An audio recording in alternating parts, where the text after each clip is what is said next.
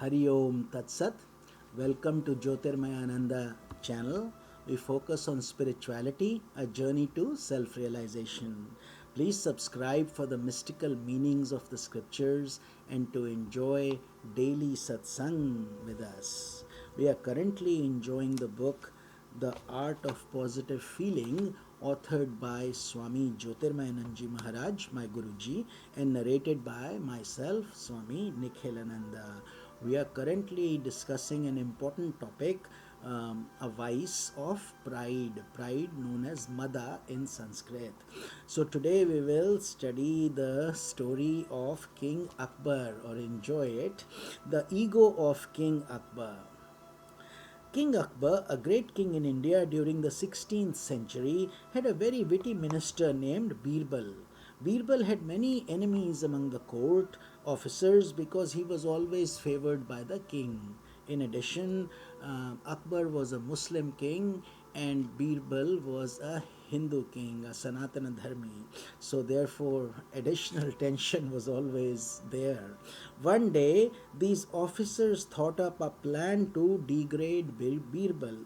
They started spreading the idea that the king was like God. They knew that Birbal would not agree to that, and if Birbal did not agree to it, the king would punish him. Certainly, every king wants to be praised and could not bear anyone who would not praise him. So the officers started bowing to the king, saying, "O king, to us you are God himself." But Birbal doesn't hold that view. King Akbar, who was very pleased with this praise, looked at Birbal and said, "How is it that you do not agree with what these officers are saying? Don't you have any reverence for me?" Birbal replied, "Why should I agree with these people? I consider you greater than God." "How so?" King Akbar asked, intrigued by this response. The king would have just been happy to be a god and to be placed in the temples as just one of the gods.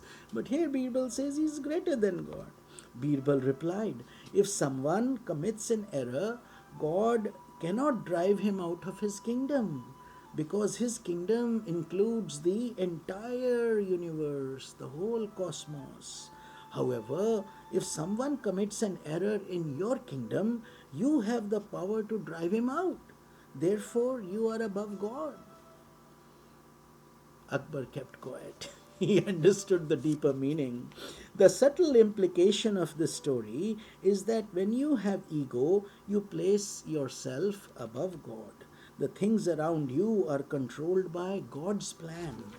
But ego becomes overly assertive and makes you feel as if you are moving this world. The pride of Kakabushundi. Let's enjoy another episode. In the Tulsi Ramayana, there is an interesting story told by Kakabushundi ji to Garuda.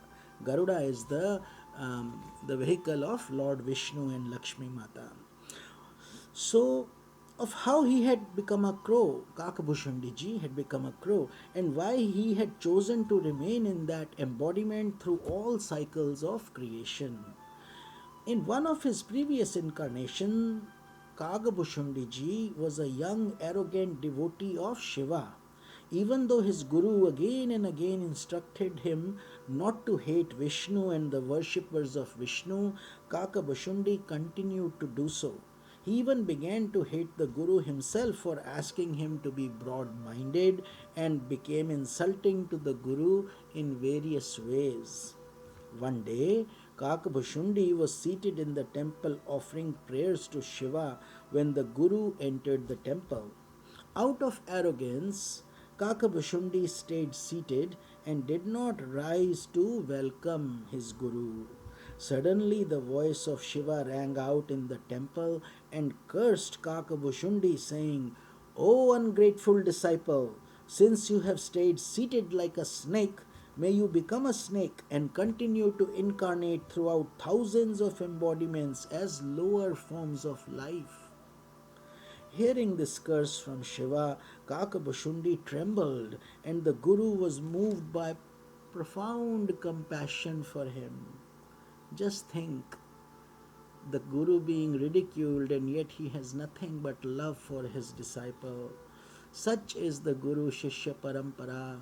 Such is the blessing of the divine energy that brings the Guru and the disciples together. And this story has a deep, profound meaning for each of us. The Guru then prayed to Shiva to withdraw the curse he had imposed. So imagine God, Shiva, and now the Guru is requesting Shiva to forgive the disciple who had ignored the Guru's words so many times. Appeased by the heartfelt prayer, and then he sang a beautiful stotra. Namami Shamishan Nirvana Rupam Vibhum Vyapakam Brahma Veda Swarupam, and it is a beautiful offering to Lord Shiva. Someday we will read it and enjoy it together, but not today. Today we will continue with this story. But it did move Lord Shiva also. That prayer was so beautiful, so profound. So Shiva reduced the curse, appeased by the heartfelt prayer, by ordaining that those lower embodiments would pass very quickly. So the he Kakabushundi would not have to suffer in long lives in those low embodiments. Further, he told the disciple, after exhausting your 1,000 embodiments, you will be born in Ayodhya, the sacred city of Ram. I was there last year at the holy feet of Lord Hanuman, Lord Ram, Saryu River. It is absolutely amazing. And there, by my grace and by the force of satsanga, devotion to Rama will arise in your heart. So Shiva did bless him because of his Guru's grace. But remember, never again should you displease a spiritual preceptor. True Gurus are very rare in this world. You hold on to them like I am blessed to hold on to my Guruji, and now the light is being passed on to each of you who I am blessed to call my disciples. So this journey is a holy journey, and we continue this beautiful tradition, and out of many of you, those who are sincere and totally giving to spirituality your life, and there is all these vices have been removed and you have purified yourself, then you also will become gurus to guide other people. But that should not be our goal. It has to automatically come through Guru's grace, through God's grace, and then only it will make an impact. Not for name, not for fame, not for money, but just to make a difference in people's lives and to improve one light at a time, one life at a time. That is the journey of a true Guru. But remember again, Shiva said, never again should you displease a spiritual preceptor. Therefore, in Sanatana Dharma, in so many places, mostly sages and saints are revered. People touch their forehead on their feet, Guru's feet, and they learn under them for years. They go through strict disciplines, and always they look at Guru just as they look at God. They do not see any difference. Such is the faith they have. Consider all saints and sages as Brahman himself. That was Lord Shiva's direction.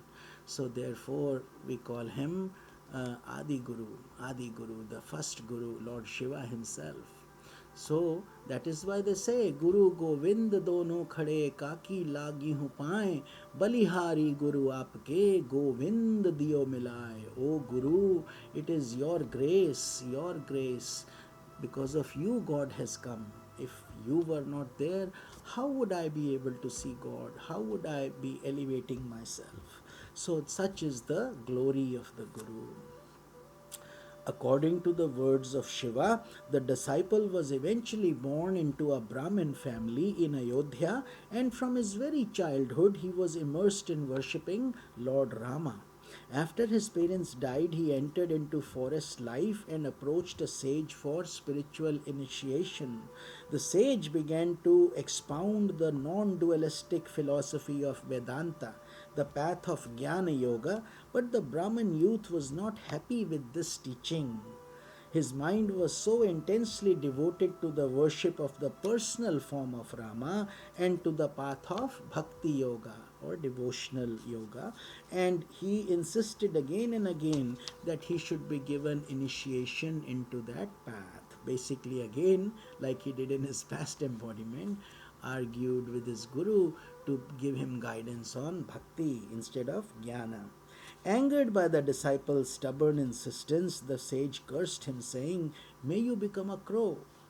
The boy accepted that curse lovingly as if it were a welcome blessing, because by then he had grown in his devotion and he had made great progress in bhakti. So he still accepted that curse from his guru as a blessing and immediately began to fly while adoring the sage.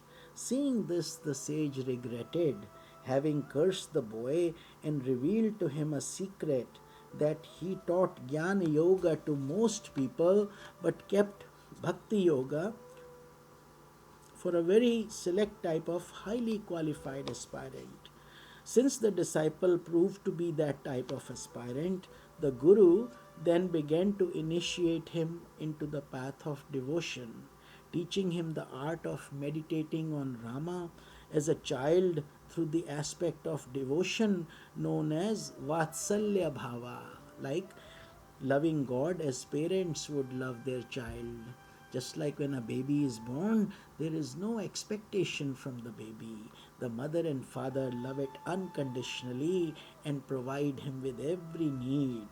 The Guru further blessed the disciple with the ability to easily understand the hidden secrets of the scriptures and to develop ever increasing love for Rama.